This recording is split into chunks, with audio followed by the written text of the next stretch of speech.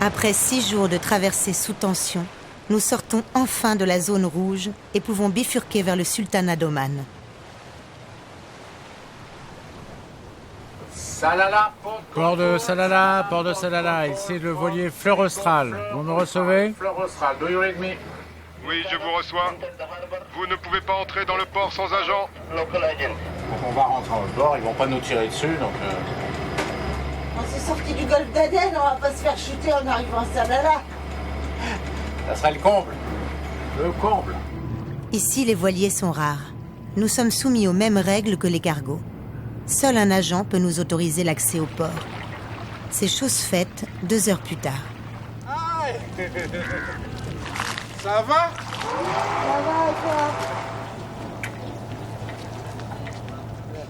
Finalement, vous êtes arrivé à Salalah après un long voyage. Oui, un long voyage. Allez.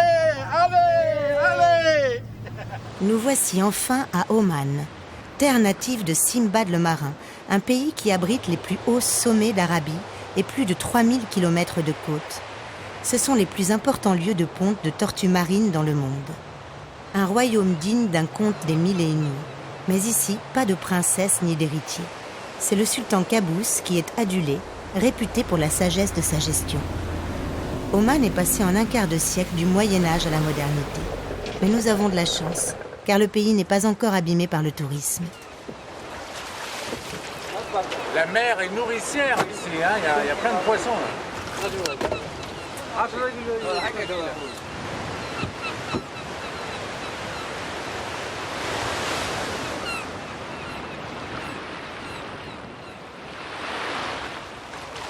Là, c'est l'île Saouda. C'est aride, hein. Il n'y a pas un arbre, on va voir ce qu'il y a, mais on nous dit qu'il y a des dauphins. Mon fils Lou nous a rejoints. L'équipage est au complet cette fois. Happy birthday to you.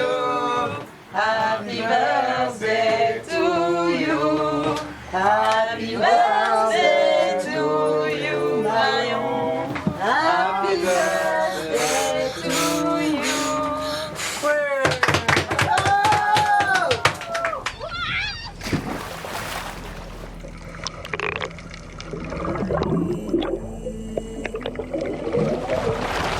Un groupe de dauphins entre dans la baie.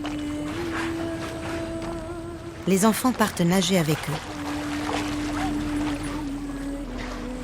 Ils sont des dizaines et offrent 1 heure durant le spectacle d'un ballet aquatique qu'aucun de nous n'oubliera. Ils sont là! On entend des cris!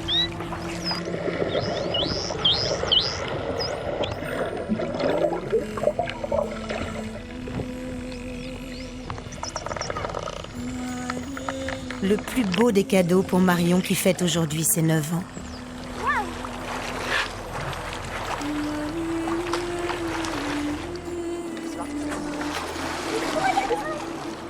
C'est la première fois que moi et Marion on nage avec des dauphins. Non. Ouais, vous avez nagé avec des requins, mais jamais avec des dauphins.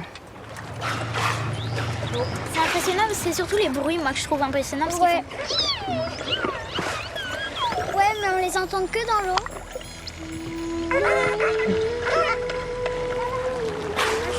Je les adore parce que je trouve ça...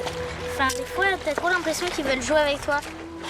C'est trop impressionnant, mais la première fois, ça fait quand même un petit peu peur.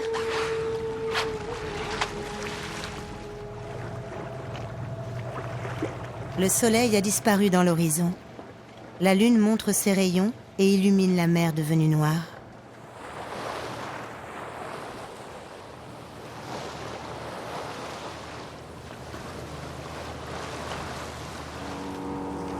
Sur la côte, les pêcheurs s'affairent au coucher du soleil.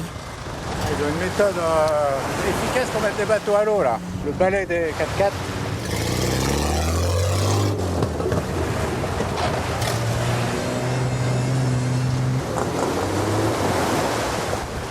Ils embarquent des poissons parce qu'ils pêchent à la ligne. Et un groupe électrogène.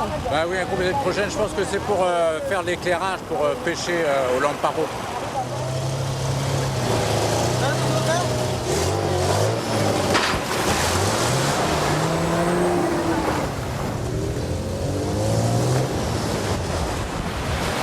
Une fois sur l'eau, ils attendent la tombée de la nuit pour leurrer les poissons.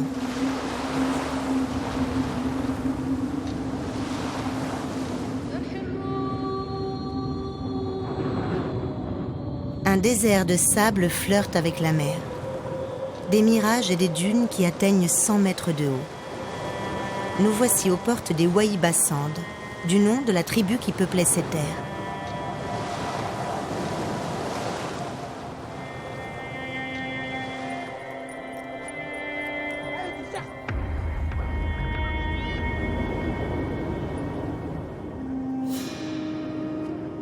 Le sable est aussi blanc que fin et s'étend à perte de vue, cachant l'horizon. On se croirait sur une mer jaune, dorée par le soleil, et dont la houle nous submerge.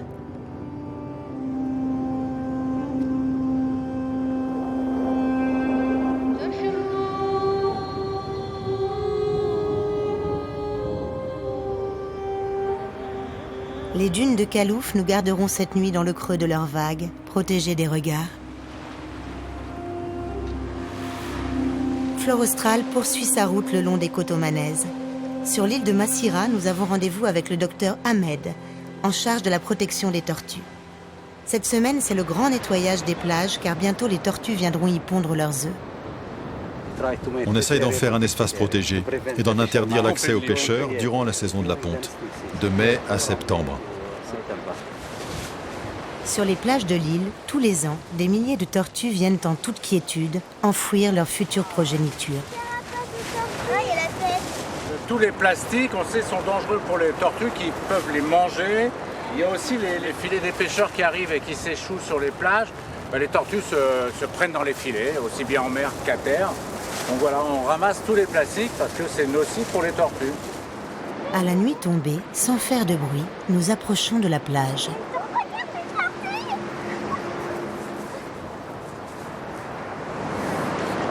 Comment on va l'appeler? Elle est grosse. Regarde bien sa carapace, elle n'a pas d'écailles, elle est toute lisse. C'est une tortue verte, les filles, vous voyez. Avec ses grandes nageoires pectorales, elle creuse un trou sous l'œil ébahi des enfants. Elle a creusé un gros trou, hein. Je pense qu'elle peut pondre. Hein. D'abord, elle creuse un gros trou pour elle circulaire.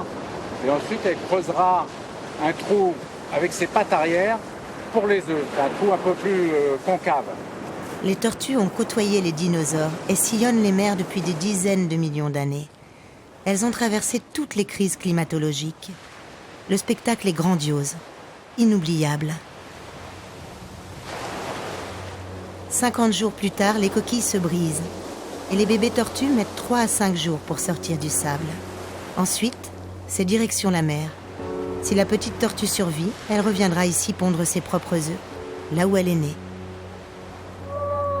C'est trop mignon. Maman. Elle était prise dans le filet aussi. La deuxième. Laura est une sauveuse de bébés tortues. Oui, le bateau. Elle a l'air affaiblie. On devrait aller voir s'il n'y en a pas d'autres. Allez, on va les mettre.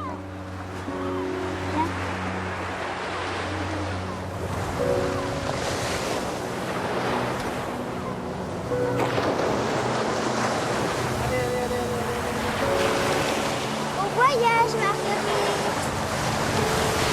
Ah, ils ont pris la tortue. Ils ont pris la tortue. On les met bien dans l'eau, parce qu'après elles se font manger. Hein. Malheureusement, 1 sur 1000 seulement arrivera à l'âge adulte, 49 ans plus tard. C'était l'escale qu'il nous fallait pour finir cette aventure en mer Rouge, un sanctuaire de paix. Les mers hostiles sont derrière nous. Flore Austral a gardé le cap dans ce périple à haut risque. Nous avons douté, mais nous ne regrettons rien. Homme libre, toujours tu chériras la mer, disait Baudelaire. Ô mer, nul ne connaît tes richesses intimes, poursuit-il. C'est cet état d'esprit qui nous anime. Face à nous, l'océan Indien et la liberté retrouvée.